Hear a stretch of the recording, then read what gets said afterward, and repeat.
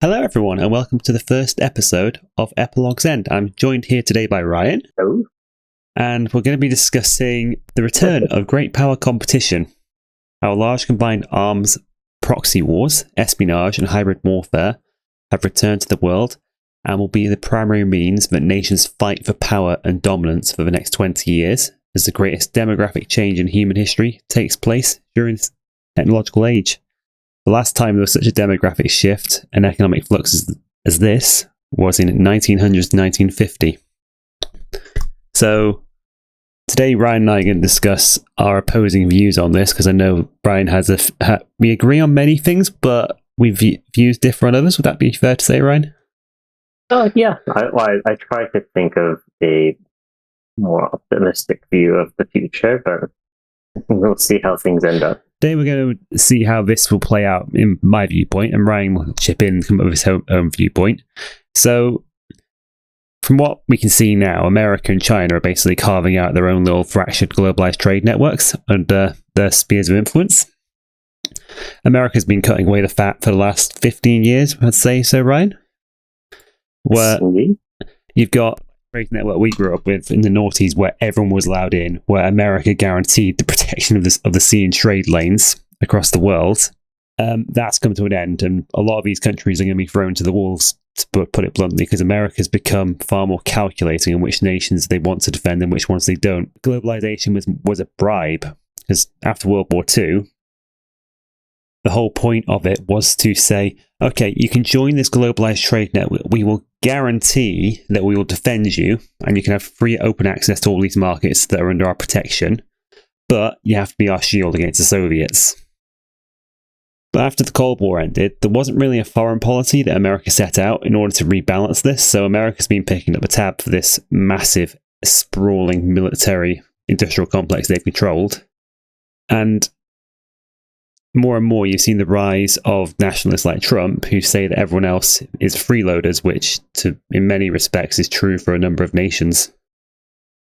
I would agree with that. I believe that America, it's not without good reason that America has been known as the policeman of the world, where it had so much influence for so long, and it's only with the financial pressures in recent years that things have started to now change in a different direction. Yeah, because in order to maintain this network, you need a massive tax base. And if you look at, well, anyone can see it with the US debt levels. And I know because the US has the reserve currency, a lot of people argue that, well, they can print their way out of it. But it's got to such an extent now that they spent so much money in the good times that when COVID, the financial crisis hit, the debt levels were already exceedingly high. And it'll come to a point where, like today, for example, where interest rates are very high, but they can't go any higher because the US would bankrupt itself because the debt levels become unsustainable with the interest rates. Not only that as well, it's that China has now got a bigger fund to dip into, and where Russia in previous had its own sphere of influence, I think China's kind of superseded Russia in that regard. Like, just to deviate here, like this whole war of Ukraine, Russia's basically became a colony of China, an economic colony, because they've been completely depleted by this war. Power of Siberia too. It was Russia's golden ticket, because after Europe cut off the gas links, well, on paper they have, they were going to divert. The Russians were saying, China, please build this gas line so we can give you all our gas. And the Chinese have basically said no, they can stick it where the sun don't shine. Well, so, I mean, you could see as well, like with Russia's invasion of Ukraine, all of the other former Soviet republics starting to balk a little bit at the guarantees, the independence guarantees that were given initially for the Soviet Union. Well, Ukraine in the 1990s made a deal with America, Russia, and Britain actually as well, I think was in on this deal, where if they were attacked after they gave up their nuclear weapons, because after the Soviet Union fell, I think Ukraine had 3,000 nuclear weapons. They were an incredibly powerful state. They gave them up because everyone was a bit twitchy about a Soviet republic apart from Russia, a former Soviet republic, having that many nuclear weapons. So the agreement was signed that if Ukraine was ever attacked, that they would come to defend it. But obviously that treaty wasn't worth the paper it was written on, because the Russians just did not abide by it. And you could argue that the hand was forced, but well, that's what some on the right have said. But Ukraine has the right to decide its own future, whichever way you cut it.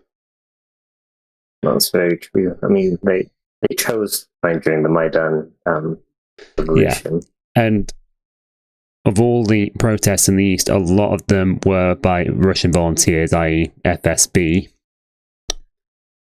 officers and informants who were paid off to protest. And you only have to look at a few of those officers who were captured by the Ukrainians to see that it was a Russian proxy operation from the beginning. That they initially hoped that the protests in the East would be big enough that they wouldn't need to intervene, but slowly they got sucked in more and more and more, until it became a hot conflict initially when the Ukrainian army was actually going to push them out of the Donbass and Luhansk and Donetsk. Yeah, there was mainly a failure in the first round when Russia had managed to take a lot of territory without much of a Ukrainian response. Yeah, it's it'll be an interesting state of affairs with Ukraine, but it's just a microcosm of what's to come. Because Russia fundamentally sees himself as threatened, because demographically, it's a horror show. It just looks like someone's taking a hacksaw to it, because it's remnants of World War II, then the 1990s when it was apocalyptic in Russia and there wasn't enough children born. The Russians fundamentally see themselves as hard as this is to believe, vulnerable and weak. Because even though they have the largest territory in the world, the most of the territory leading to Moscow is flat. And there's only two chokeholds, which are in Carpathians and the Boulder Gap, where they want to push to in order to seal up that border. So they want to take control of the choke points and push in. So then, as for any country, though, wanting that little buffer zone, I mean, imagine if America, like having Cuba on its doorstep as well, that felt as an existential threat that could potentially become a very real threat. And the same with China and North Korea, and the reason why our current land borders are the way they are, trying to keep somewhat friendly or at least neutral countries on their doorstep, and in order to prevent kind of an antagonistic actor nearby. I always find that the argument that people give, like I could be the Russians for now, for example, and what they always push out is that these territories were part of Russia, they're part of the Soviet Union, and they've all flipped towards NATO, and there was an unwritten agreement in the 90s that NATO and the EU to a certain extent would not push up and absorb these territories. But these territories chose to join the NATO. So you had Estonia, Latvia, Lithuania, now most recently Finland and Sweden. And no nation has wanted to join Russia's security agreements. The CSTO wasn't worth the paper it was written on, which was Russia's version of NATO. And every time a nation has tried to break away from the Russian sphere of influence, so you've got Chechnya, for example, you've got Georgia, now you have Ukraine, it results in Russia coming in and initiating a proxy war, or flat out invading them. And I mean, if you even look at the security guarantees that were under those particular treaties, I mean, look at the situation in the war between Azerbaijan and Armenia right now. That is essentially. It's a field day for the Turks, because they were boxed in. They had their old territory to the east and the south was basically a no-go zone. The Middle East was, it wasn't exactly neutral under the Cold War, but the Americans and the Soviets tried to minimize their influence as much as possible because they didn't want to cause a disturbance to the oil markets. And then the northeast and all those former territories that the Soviet Union was protecting, of those territories which were controlled by the Ottoman Empire. But now, with the Russia being incredibly weakened, the Azerbaijanis are Turkic people, so the Turkish are going to back them, and Armenia is in a very, very precarious situation now. And not to mention the historical impact between the Armenians and the Turks as well. Yes, that whole genocide which happened, but which one side denies ever happened. So to bring it back in, Brian, because we had a discussion about this before this started. The relationships that are going to maintain themselves are, I'm going to separate them into tier 1, tier 2, and tier 3. Like tier 1 is a critical asset that America cannot survive without, because America is a superpower in every sense of the word. China is lacking in certain parts, like soft power. They're always moved very weak on it. The Russians were non-existent under the Soviet times. The best they ever got was threatening someone with a nuclear weapon and hoping it didn't blow up in their faces. The American culture and influence is spread across the world, and it's everywhere. So tier 1 assets are assets which America cannot produce within North America, because like you're looking about 95 to 97% of America's trade is internal within North American NAFTA.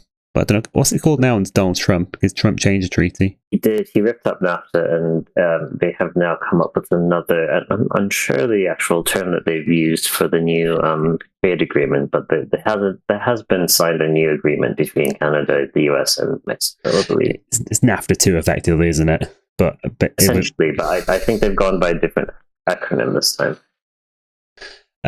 So there's two territories that I can possibly think of that are absolutely critical to America. Like they cannot do without them. So one is Taiwan, which people will know is where TSMC manufactures all the critical microchips and semiconductors, the wafers, which runs the modern world.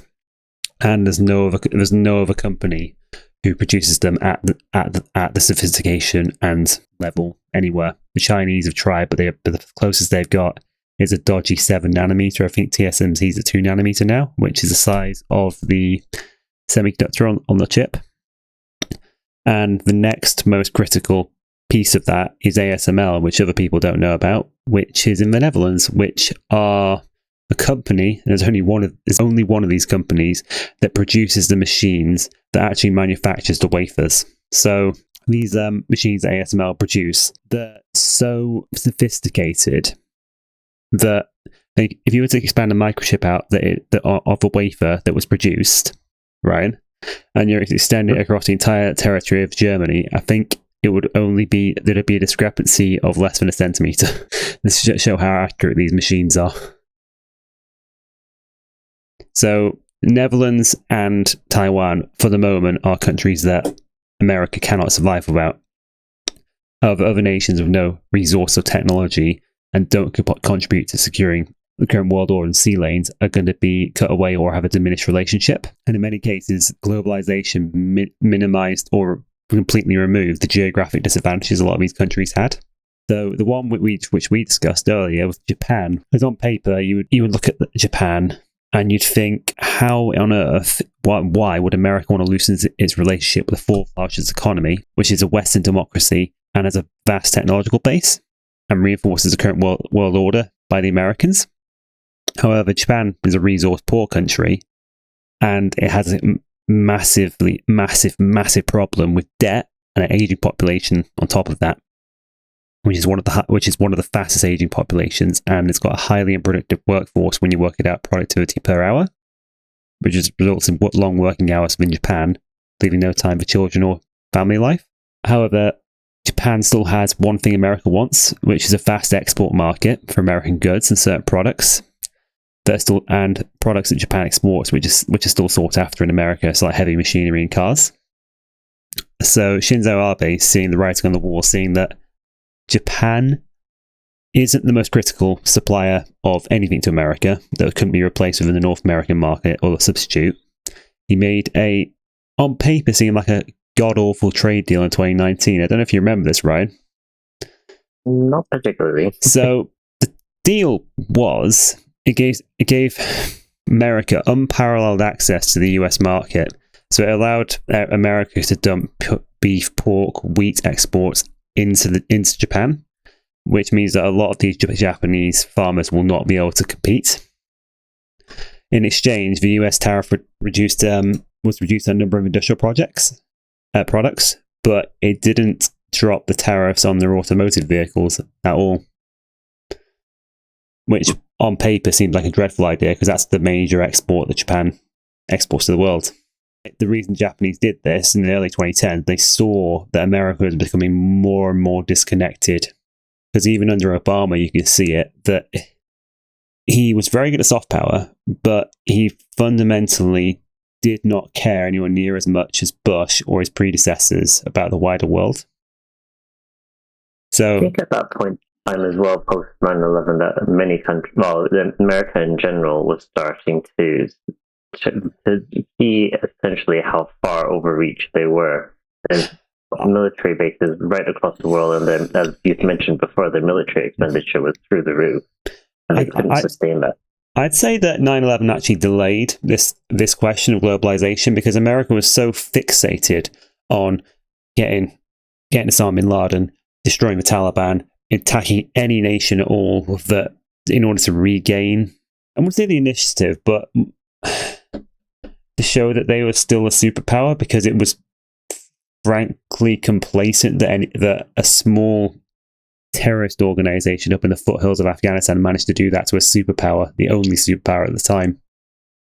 That's true. I believe that, essentially it was kind of pie on their face, and they needed to have some kind of impetus to indicate that they were still strong. So to some degree, I agree with you. Yeah, so I'd say if this hadn't happened and that Bush had actually had a time to focus on his actual policies, because if it's kind of bizarre if you look at his original National Security Council on who and what he was planning to do, he was planning to ask this question about just at the end of his first term into his second. So it's delayed this question for a good 10 to 15 years about what to do about globalization and what the New Deal should be. But Japan saw this in 2010 under Shinzo Abe. He was actually the longest serving prime minister, because normally it's quite a finicky job in Japan where you don't last that long, as far as I remember. He made a deal with America to basically say, put trade aside, you can have as much access as we can reasonably allow, and we will also, was it 2 or 3 years later, they alter the constitution to basically imply that they would defend Taiwan as well, to say that we will give you the trade access you require, and we'll also be a military ally as long as you guarantee the safety and security of our shipping networks. He was the only tier 2 nation I can think of that actually thought this far ahead. Which was prudent in the sense of, as China ebbs and flows between how aggressive it is internationally and politically as well on that scale. So it was probably a prudent move, and also served, as you said, America's priorities of ensuring that Taiwan was still free to trade and outside of Chinese influence. Yeah, because obviously you've got North Korea next door with Kim Jong-un, which is not the most stable neighborhood to be in. And then you have China, who doesn't seem to give a damn about anyone but itself, which is why a lot of nations have been turning on it as of late, with massive tariff barriers going up with EV vehicles and other exports China get exports to the world. Because even with the Belt and Road Initiative, all the workers that were hired in all these projects were all Chinese. And you only have to look at what happened in Malaysia, where they were going to build an island port city to compete with Singapore. And then they found out after that all the housing went to Chinese nationals. It was basically a Chinese colony within Malaysia. It's a good strategy, though, in order to essentially claim areas. It is. Export.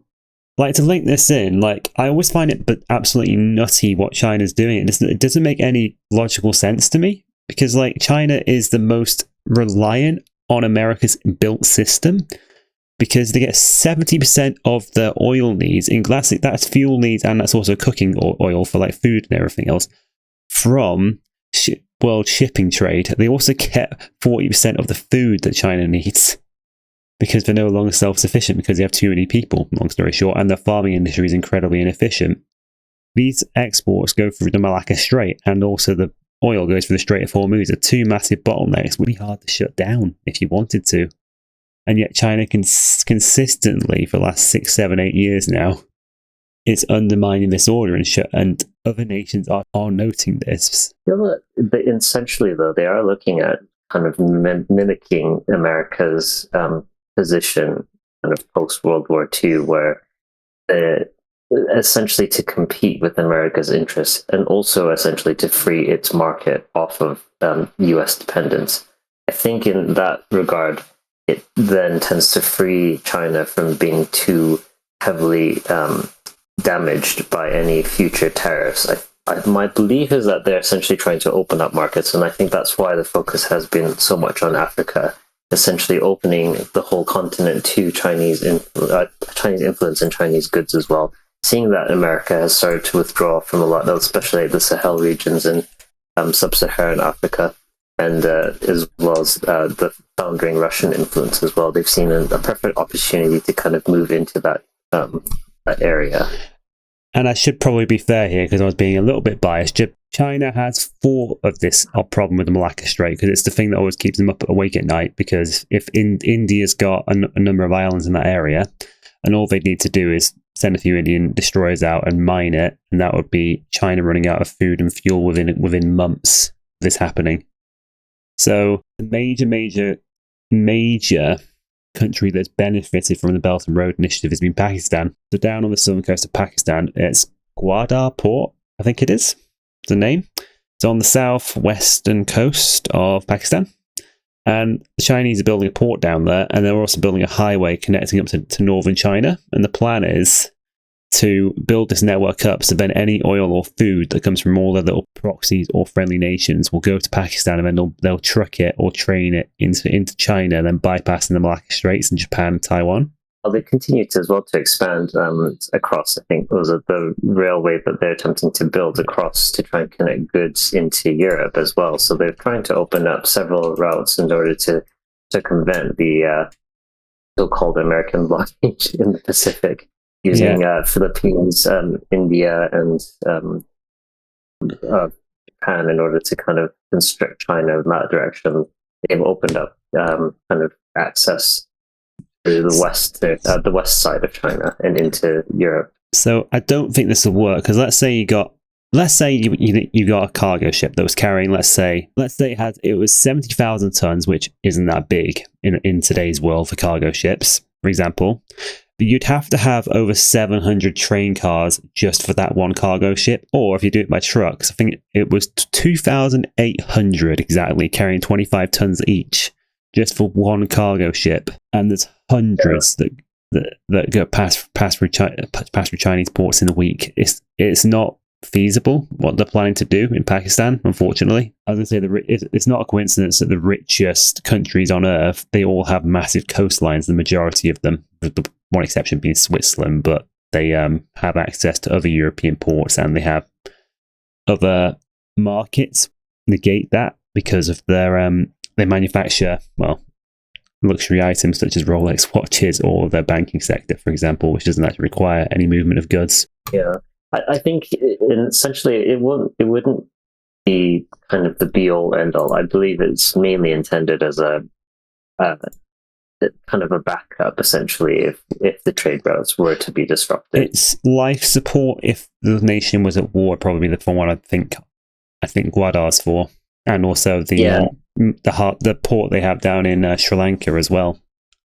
Yeah, and I mean they'd probably use or attempt to negotiate with Russia as well to use Vladivostok and some of the other ports, anything that they can essentially defend or allow access to if they were to be imposed a blockade.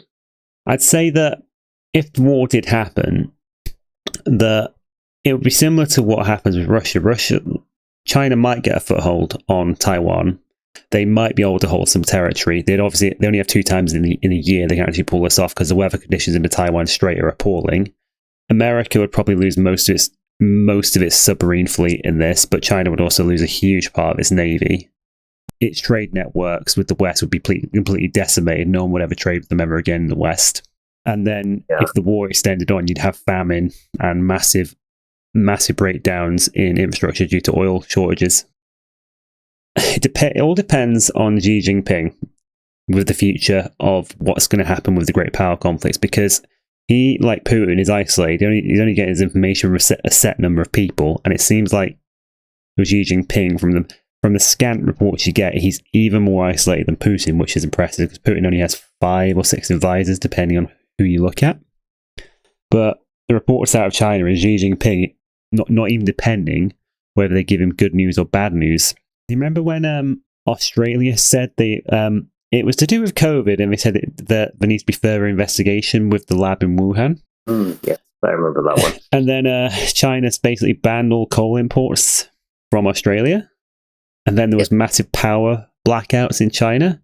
There's reports out, I don't know how credible these are, that Xi Jinping only found out about it when Vladimir Putin came to visit during the Olympics and asked him if this was still a problem, and Xi Jinping did not know, and this was months afterwards. I could kind of see that. It's usually the lower the lower members on the rung that would attempt to try and shelter any kind of bad news. Imagine the same was true with Russia during the initial stages of the invasion when things were not going well. It'll be interesting because the next 2 or 3 months are going to be critical because currently they can't trade the Russian ruble at the moment because America, 4 months ago, this wasn't well covered, but they turned the screw properly with sanctions and hit a load of Chinese banks and companies with secondary sanctions. And I didn't think they were going to do this because if they did this, Russia would collapse within 2 years of this happening because they won't be able to trade. So whoever wins this US election will determine the fate of Russia. Trump win, he'll stab Ukraine in the back, no two ways about it. And Europe will be left hung out to dry, even though it's not in America's geostrategic or political interest in any way, shape or form. They're destroying Russia for pennies on the dollar, effectively. Yep. Which is insane value for money, and they're not losing any of their men for it. And and Russia is becoming 3rd or 4th rate power, and is seen as a laughing stock because the weapons markets have been destroyed because no one wants to use Russian weapons. Even India's reconsidering it because of how poorly they've done Ukraine, which is one of their major exports. The other one is oil and gas, and there are some nations that are still trading in it, because India and China are screwing Russia over with these oil and gas deals because they can, but Russia cannot survive alone on that. It is a petro state, but it can't just survive on oil and gas with all the other industries decimated and all their young people have either fled or are currently fighting in Ukraine. I think, though, that to some degree, certain stakeholders will be very interested in essentially allowing this to continue, much the same as with North Korea as well. I think China has a self-interest that Russia doesn't move to become more of a Western democracy because that ends up with another potential enemy on its border. So I think China will use its underhanded influence in order to try and sneak beyond the sanctions. And I believe Iran as well. Yeah. Well, what do you mean? When I saw them, I was shocked, not because they've done it, but because of what it implies. They didn't put them on in the first place, I suspect, because they know what will happen if they do, which is Russia will start to fracture and disintegrate, because it is effectively the last European empire, no which ways about it. It's got the largest internal state apparatus to keep everything under control, because a lot of the ethnic minorities within Russia do not want to be a part of Russia. You have to look at Chechnya or Dagestan to see that. And yet these are the people that get forced to the front line in Ukraine because the Russian ethnicity, its birth rate's at what, 1.3, 1.2? If you believe the Russian numbers, which you wouldn't do in a million years, considering what leaked out of China a couple of years ago with what the effective birth rates are, which are 40%. I have to get the Shanghai police report up, but it was insanely bad, right? But yeah, Russia's ethnicity is declining, the ethnic minorities are increasing, and if you then devastate the Russian state, a lot of the oil and gas reserves are in these ethnic minority regions. It's going to be interesting because Japan has cut the deal now with America, so they're within the US sphere, so they are safe effectively within reason as long as nothing too cataclysmic happens in the Pacific.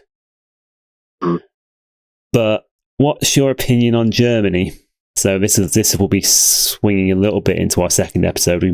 We'll be covering this in greater detail, but currently on paper, Germany is currently the 3rd largest economy on the planet, Ryan. It's ahead of Japan. Interesting. So, what's your prediction on Germany? Then I'll discuss it. Then I'll discuss mine with you, and then we'll see what you think. Well, there's been a huge resurgence of the far right in Germany currently. I think they were pegging to say that Olaf Scholz's CDU, CDU and SPD and the Greens, then coalition is more than likely to lose drastically at the next federal election. They perceive that probably the Alt for Deutschland probably won't gain an outright majority, but they will still have massive influence within German politics going forward.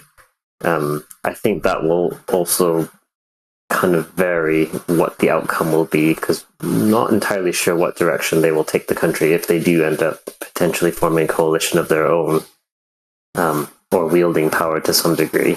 Yeah, it's a difficult one, especially being kind of tied in with the EU and with its massive influence as well. I'd say it's probably one of the biggest unknowns, because it could go in a number of different directions, but hard to say where they'll fall. I know currently, at least in the eastern part of Germany, they've really been suffering through the last several rounds of post-COVID job losses and all the rest. So, yeah, I'm not entirely sure where it will go.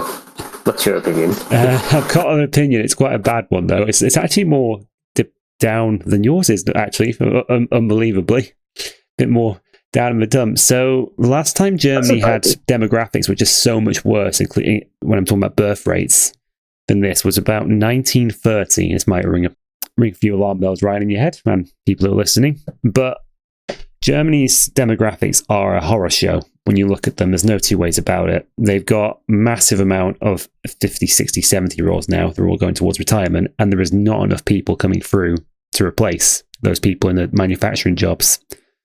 The Germans then, for whatever reason, betook them. I don't know why they did this under Angela Merkel. She might go down as one of the worst chancellors in Germany, in my opinion, in hindsight, not at the current moment, but them purposely running down their nuclear power plants and then getting hooked on Russian gas. Well, I mean, during the early 2000s and 2010s, this was amazing for them because Russian gas was cheap, and it gave them a massive competitive advantage in terms of fertilizer, chemicals, manufacturing, etc., etc. But now they've got an aging population, so they don't have enough workers to maintain their economic position, and the state coffers, so they're going to have to start to borrow money at some point or another. They're going to have to rearm as well, because they've run down their army, complaining about what American imperialism, but then also relying on them to defend them. And even though they're the third largest economy on paper, and they're always a very innovative country, and they've always done very well in terms of technological development, I'm not very confident in the future of Germany. So last time this was in such dire straits, well, it's not dire yet, but it will be in 5, 6, 7, 8 years' time, because Europe as a whole is now becoming more anti-immigrant, which means that they can't replace the work gap that has appeared. And also, a lot of these jobs are middle or higher end skills, so it's very hard to get an immigrant from another country and train them up to that standard, and also integrate them within the culture and the local economy. So I think Germany's going to go for a very challenging next 2 decades, because they're going to have to rebuild their energy grid to be secure, and German power for German people, probably the way to best describe it. Be more like the French, who have built a nuclear power system which covers 70% of their power, and it's cheap, reliable, and it doesn't actually. It relies on the uranium from mines, but it's nowhere near as dependent as being reliant on a petro state, which invades its neighbor at the drop of a hat. This may be true, but I think there's also the risk as well for the French that a lot of their nuclear sourcing came from a lot of the former African colonies. And I was hoping you didn't know that. with Mali and Burkina Faso and the others that have now balked against French influence within their economies. The French may find that their sourcing of uranium may be coming a bit. I was hoping this wouldn't blow a hole in my argument, but I'll admit it now. I'm pretty sure the French got about 1/5 from Niger.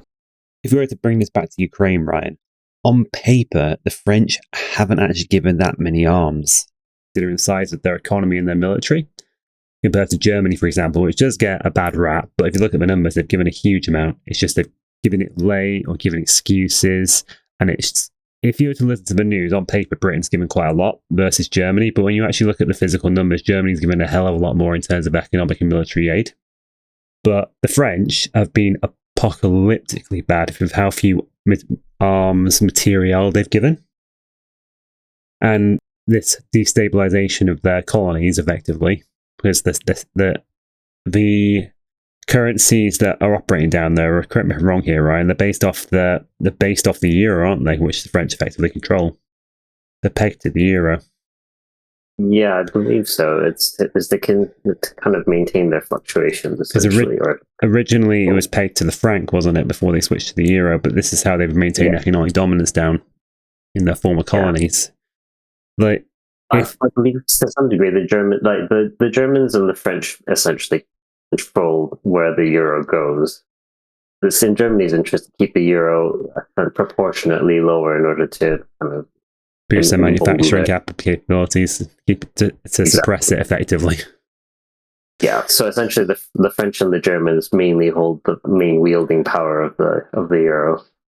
Yeah, so basically, in my opinion, the French have been asleep at the wheel for what the Russians have been doing to them for the past 15 years, which is slowly undermining them in all the foreign colonies with Wagner. And then they haven't helped in Ukraine now when they should be sticking it to the Russians as best they can, because they basically destroyed their undisclosed empire, but they haven't. And I think France needs to decide where they stand. Because I believe that France has chosen to stand.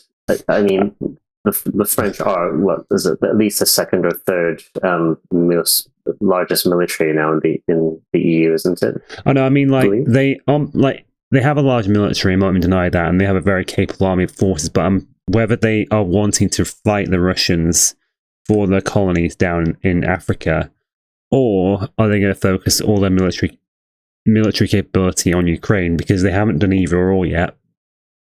My belief is that essentially, because I know knowing what intent Macron had in one of his earlier election speeches is essentially the formation of an EU specific military that could defend the EU, and I believe that primarily gambling that they can try and form that coalition in order to form. And thus being less reliant on U.S. military intervention in the event that another Trump presidency occurs, because then essentially the EU will be left to fend Russia off on its own. Yeah, and on paper I would like to see that, but a lot of these Eastern European nations, including the east of Germany, they sympathise with Russia. You only have to look at Hungary and Slovakia for that. And if America falls by the wayside, I think Europe will bottle it, in my personal opinion. That France will want to fight on, but the problem is they haven't been at the table. And whenever a European hears, oh, it's about European security or European autonomy, when the French say it, they just hear French autonomy and French security, because they don't fully commit to the entirety of Europe, because they've been distracted by the colonies down in Africa for all this time. I think my perception, though, is they're kind of playing the waiting game. We've seen how kind of things have fallen quite badly, especially in Mali, I believe, where Wagner have withdrawn, was it 500 troops recently to fight on the front lines in Ukraine. Their presence in the sub-Saharan regions has fallen drastically, and therefore the security situation down there has become even worse. I think essentially the French are waiting for everything to go to hell, essentially, and then to jump back into it as the saviors once Wagner have been completely withdrawn. So essentially they're waiting for another coup against the current military dictatorship in order to kind of re-influence their colonies again. Because I think at present the general appetite, general presence of the general semblance of anti-French feeling is quite high right now. So I think they're going to wait until the security situation becomes so untenable that they are going to beg France to re-intervene again. I do feel sorry for the African territories down who were under the French yoke, because when you listen to Western media, they don't describe what has happened and what the French have done to these people throughout the years. They just say they're rebelling and the Russians are supporting them, and they don't fully get into the grievances that have happened. But on another note here as well, I'm amazed how a Ukrainian invasion into the Kursk region has depleted the Russian army, that the Ukrainians have depleted the Russians so much that they've had to use conscripts, and now they've had to pull back Wagner from Africa just to box in the Ukrainians in that region, because they can't call another mobilization, because A, the Russian people rebel, and B, the Russian economy might collapse from overheating, because there's so few qualified laborers anymore within the Russian economy. Well, I think it was a strategic intention, I believe, by the Russians, because they've noted since the last time that Ukraine had a counteroffensive, they saw that Ukraine had gained so much territory again, and the Russians had fallen back, sent them into complete disarray. They withdrew forces from areas that they really shouldn't have, because they could have held certain regions. I think the Russians, the commanders have now seen the error in that strategy, and so essentially they've re-geared themselves with the knowledge that Russia's vast enough that Ukraine can't really do significant damage to them. So essentially, because we've seen that the Russians have actually gained ground, especially in the, I believe it's in the east, because they haven't withdrawn those troops, and the pressure has continued. So I think Ukraine's intent of trying to create that distraction into kind of stepping into Russian territory, Russia has not taken the bait, and hence they've kept some of their best forces still continuing to push east. So as a distraction, I don't think that strategy has turned out quite as well in Ukraine's kind of original intention with that kind of step into Russia. I don't know, I think I've got the opposite opinion actually on this one. I can explain why. Sure. So, like, I agree that Russia, it's vast. It's not like Israel, where if you lose 7 miles, the country can get cut in half, effectively. Russia can lose hundreds of miles and they're fine, because it's got a larger surface area than Pluto, I think, is the stat that it's given quite a lot, which is bananas. So, with the Ukrainians taking the region, no, it's not. It's just strategically, it has the gas pipeline that's running through it, which supplies Hungary and Slovakia with their gas, actually, which will be interesting in the future. And it's also put them in firing range of the road which supplies Donetsk and Luhansk and all the territories down south. So it has made the Russian logistics far harder now. And see, it changed the dynamic, because before this, the Russians were saying, we have to negotiate, we want peace, yada, yada, yada, yada. And everyone who has been following this knows that the Russians are just going to stop for 3 years, they're going to rearm and resupply, and then they're going to do what they did to Grozny and Chechnya, which is to level it. Because in Chechnya, Chechens were fighting for independence after the fall of the Soviet Union. The Chechens won initially against the Russian army, and it was a similar scenario to what we currently have in Ukraine, where the Chechens beat the Russian army because they had poor equipment, poor morale, and poor supply situations. The Russians then spent the next 3 years rearming and resupplying, and then 3 years after that, they went in and leveled Grozny and took Chechnya back under Russian control, and now it's under the control of Kadyrov, is his name, I'm pretty sure, who is totalitarian dictatorship, basically. But that is what the Russians are going to do if they get a peace. But that peace deal was removed off the table as soon as Kursk happened, which showed the Russians were never interested in peace. They were interested in pausing it until they get enough manpower to crush the Ukrainians once and for all in a couple of years' time. And with this war continuing now, the Russians are starting to look very low on IFVs and tanks when you look at the satellite imagery that's been coming out. To the point where it's becoming critical, which is unbelievable considering the reserves of tanks and equipment they had left over from the Soviet Union.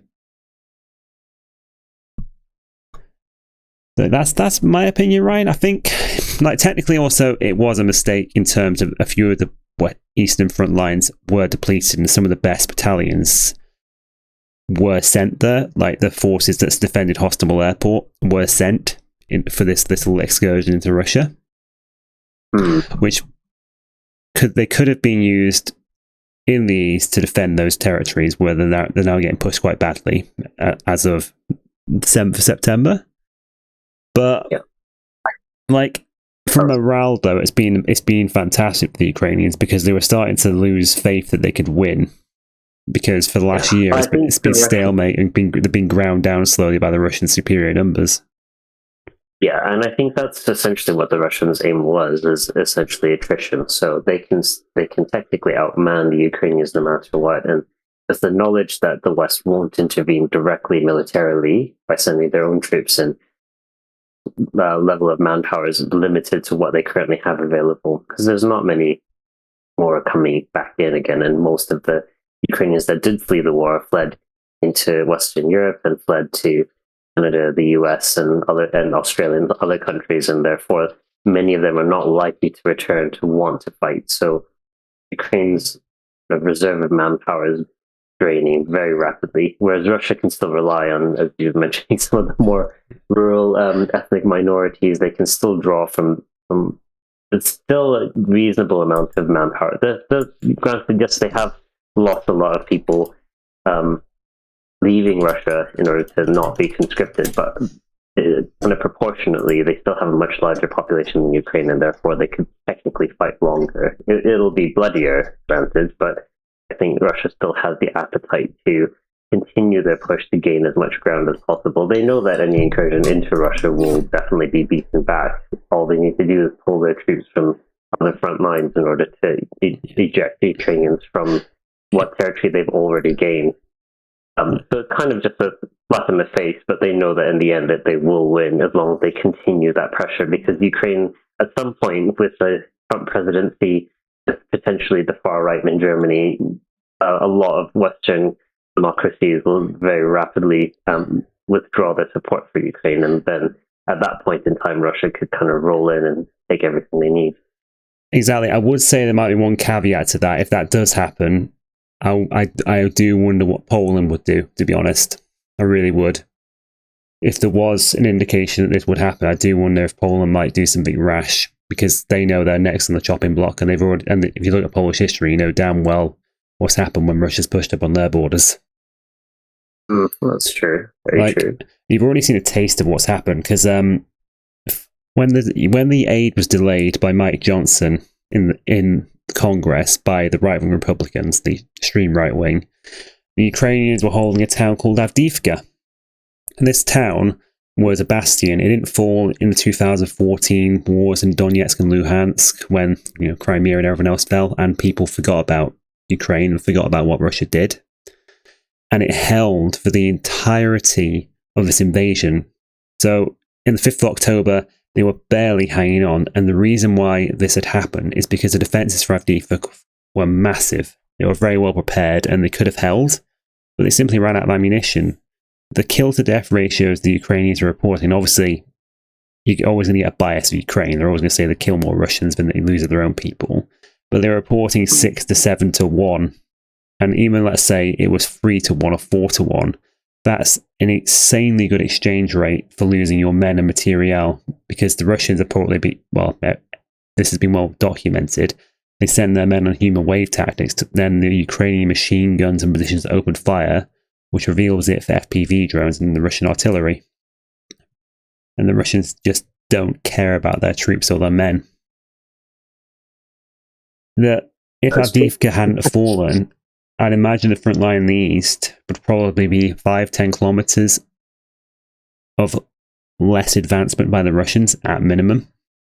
So they've already done that with delaying of the US supplies. If they completely cut off supplies, I don't know if Ukraine would immediately call for a ceasefire. I don't know if Russia would even abide by it. I doubt Russia would. Knowing that they'd be facing an advantage on the battlefield, I think they would continue to press their advantage. So, shall I tell you that? So, I've actually turned more cynical, by the way, Ryan, of what might happen. You've affected me. Do you know what I think might happen, which people probably haven't considered, which is the scenario that scares me, by the way? Go ahead. I'm curious to see what you think. So, let's say this happened. America pulled out. Military supplies gone, and then European alliances fractured. They were getting some support, but nowhere near as much as they needed. Do you know who was responsible for a large part of the Russian nuclear program, Soviet nuclear program? And do you know and those personnel are still alive. Do you know what the Ukrainians could do very easily and very quickly? Reassemble another weapon, you think? They could build a nuke, and it wouldn't have to be that good. It could be a dirty bomb, and then the Ukrainians could use it, or threaten to use it, And that's the scenario you could end up with if they were about to get overwhelmed. And then the Ukrainians would probably would then start bombing Russian shipping left, right, and centre, the commercial shipping. The rules would go out the window, and then you never know, they might even try and use it on a Russian nuclear plant if they thought their state was about to be destroyed. Because the Ukrainians up until now have been incredibly well restrained with everything. Like the Russians are blowing up children's hospitals, kindergartens, you name it, they're doing it because they want to intimidate the Ukrainian public. If the Ukrainians think they're going to lose, they're going to do anything and everything they can in order to try and survive. Which I don't think the West has fully considered. Well, I don't think the right wing have considered, but I don't think, frankly, they care about Ukraine. No, it's been a money pit for them in their minds. So that's the doomsday scenario I see that could happen quite easily, because it's a real possibility. I mean, with technology, that exchange of technology, technically, because you can already see the technologically advanced the Ukrainians, what they've done in the Black Sea, where they've built drones out of nothing, and they've basically eliminated the entire Russian Black Sea fleet's capability of hitting anything or controlling the Black Sea. The Black Sea's control has been handed over to Turkey inadvertently. That's true. But yeah. Was that quite shocking, right, in that one? Well, I mean, we had talked initially with the initial Russian invasion that we had anticipated that nuclear weapons would have been used in limited capacity. So the Russians would never use them. It's always been a bluff because they'd lose far more than they gain. But the Ukrainians, if they were going to lose their state, they don't really have much to lose at that point. Yeah, and like a lot of the world would probably think they'd be justified at that point. I'm not entirely sure if the world would be supportive of that, but they would be supportive. But you know, if the Russians used one, there'd be no mercy. Like every other nation on the planet would turn against Russia, because effectively, if Russia can use nuclear weapons and there's no repercussions, then basically anyone who has a nuclear weapon can bully, intimidate, or take over any of the smaller states on their border or periphery, which means that every nation on the border of a major superpower who's nuclear armed would try and get their own nuclear weapons as soon as they could, which would start nuclear proliferation across the world, which would be a disaster. An escalation of MAD. Well, because like, how many cock-ups has there been in Britain, America, and the world of nuclear weapons that we know of? They in North Carolina, a B-52 exploded with 2 live bombs, and one of them the parachute went off, and the bomb was fine. The second one, the parachute failed. The bomb hit the ground, and there were 7 safety switches. Do you know how many failed, Ryan? I'm guessing 6. 6. Only one stopped it from going off. Oh yeah, so there are many very close calls. Could you imagine an Iranian nuclear program having as many safeties as that? Or a North Korean one, yes. for that matter. Yeah, I could see it being a very dangerous... Yeah. Because this is just another off topic. When people say, if you could change the past, what would you actually do? I would say nothing. Because I think we've been exceptionally lucky to get to this point as a species anyway, without something going wrong. Very true. There's been so many near misses. What was it? The doomsday clock has been very close to ticking over on several occasions. Well, just during like the Cold War.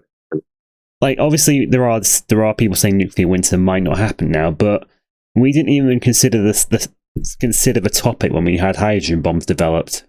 It wasn't public knowledge. It wasn't known. So, if there ever have been a justification for using those weapons on the battlefield, we could have plunged the planet into a nuclear winter by accident, just because of a localized conflict, because of all the ash and dust that would be pushed up into the stratosphere. Yeah, that's true. Yeah. That's Ukraine and Germany. Is there any other countries you want to cover about like what's going to happen? I mean, South America is going to be an interesting one. With you've got Argentina with their economic reforms. Whether that'll work or not will be an interesting scenario. But they should be fine, because Argentina should have already been a superpower by now on paper with the the geographic position they have. Vast amount of farmlands, good transportation networks, easy access to natural resources such as lithium, for example, which is critical in today's world. They're in the lithium triangle between Chile and Peru, if I'm not mistaken. But yet they continually wreck their economy under Peron. Is it Peron politics, or what is it called? But is Peron policies, where basically it's led to the central bank printing money out of thin air, and it's caused hyperinflation for years and massive defaults.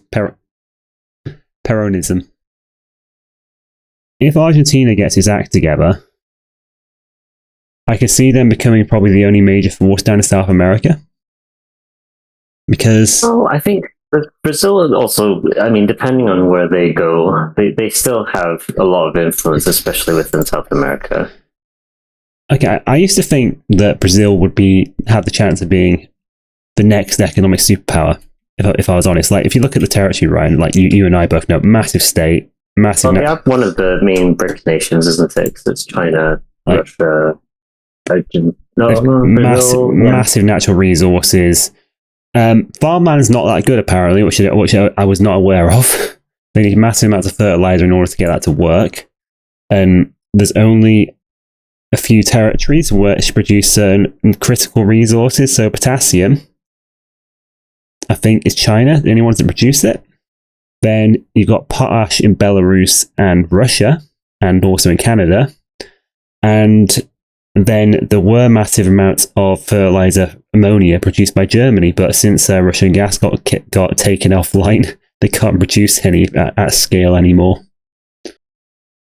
Yeah, I mean, a lot of countries are reliant on Russian fertilizer exports anyway. I think that's one of the main reasons why it was in India and Pakistan and China's prerogative to kind of maintain these backdoor deals with the Russians. So, okay, so I'm gonna convince you with this one statement, Ryan. Actually, one question. All right. Right. What's the average age of a Brazilian, would you guess?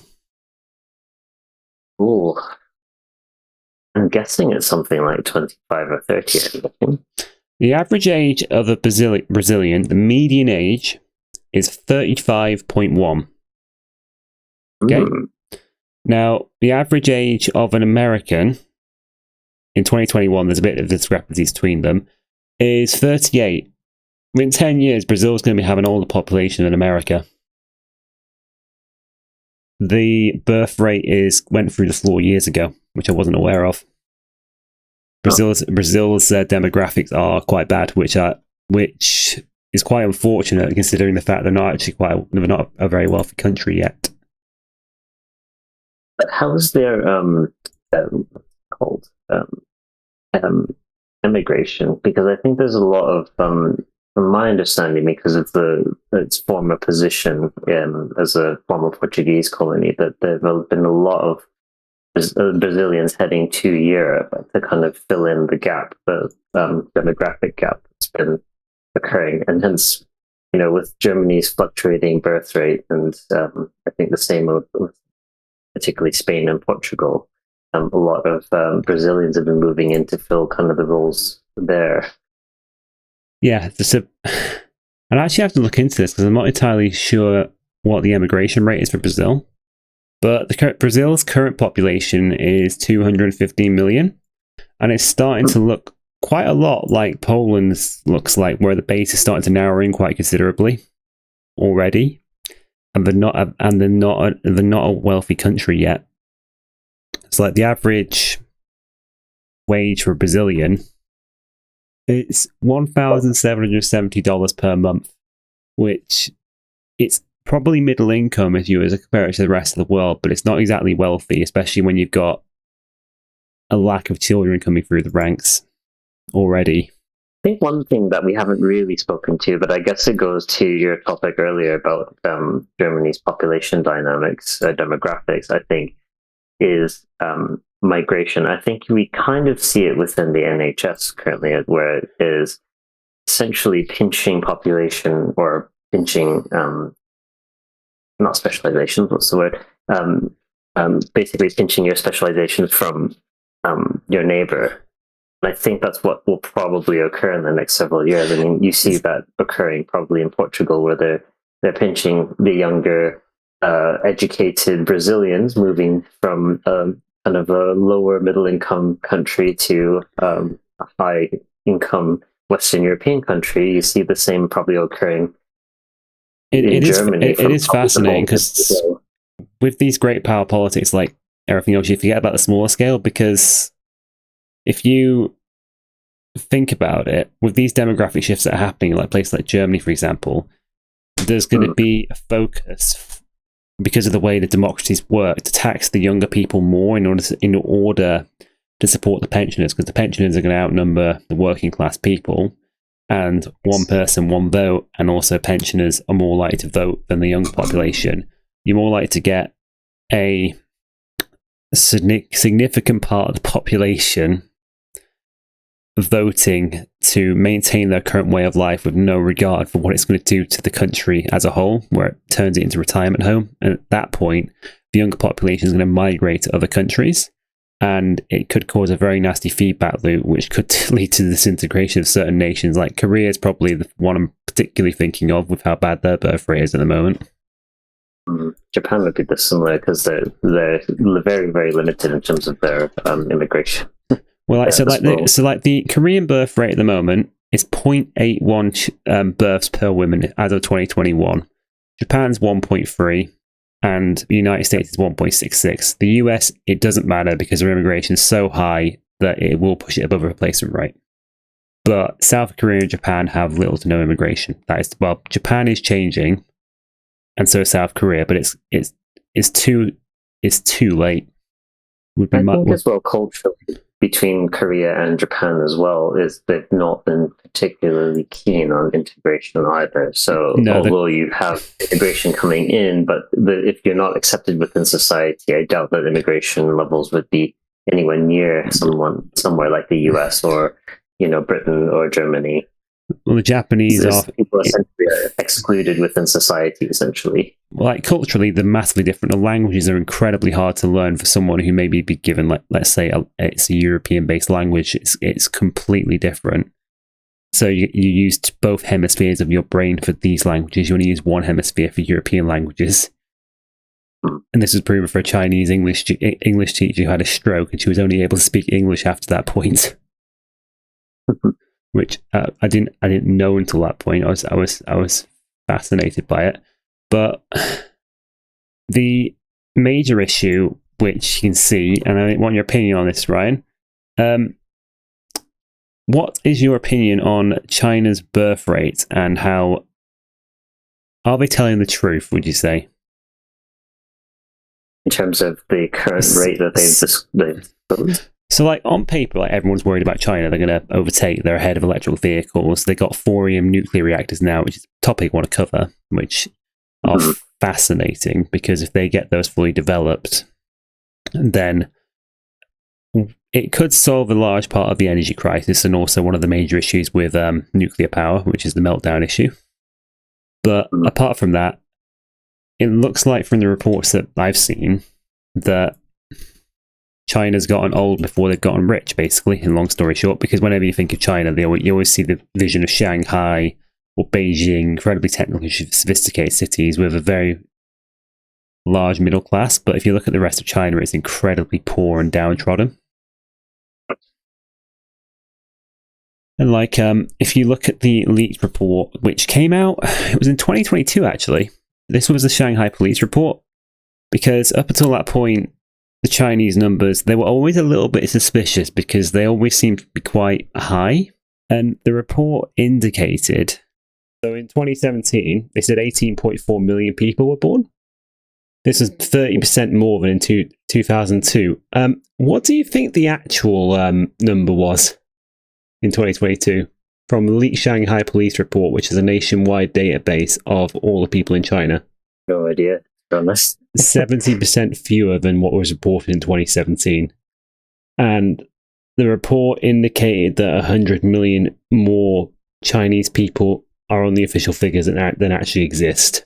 And the Chinese property developers have built all these properties based off the figures that the Chinese government have been giving them. And that's assuming that the Chinese property developers haven't built more houses than what population needs, which obviously they have in China, because you can't invest in the stock market, you can't send your money abroad. So the only thing you can buy is a house. And a number of people in China have 2, 3, or 4 houses. Yeah, they have been demolishing different areas as well because they've overbuilt. And that's just to prevent deflation of the current houses and apartment. Yeah. So to summarize my view, let me give you yours, Ryan. I feel like the axis of disorder, or the number of terms that have been given, which is Russia, China, North Korea, and Iran at the moment, that it'll be difficult for the next 10 to 20 years. There's going to be much upturn, but this axis will eventually fail. These powers are still going to be great powers. They're still going to have a huge amount of human resources, industrial resources, but they're never properly going to threaten the Americans, as long as America doesn't tear itself apart in the next 10 years with how divided their politics is. Yeah, I would agree with that. I think that there's different dynamic struggles depending on which country. Each country faces their own either demographic or aging population or resource management or otherwise. I think there's a number of different aspects that will need to be addressed.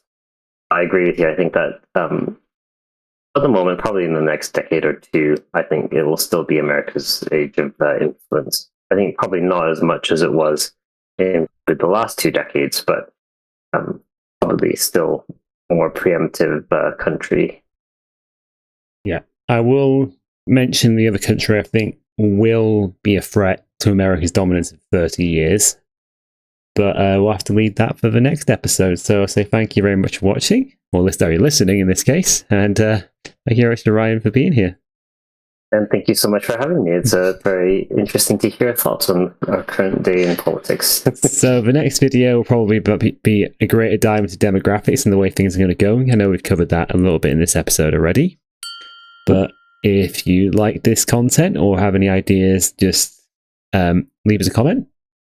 We're on YouTube and Spotify, and we hope to be bringing out some videos in the future as well. So thank you very much for listening. Okay, thanks.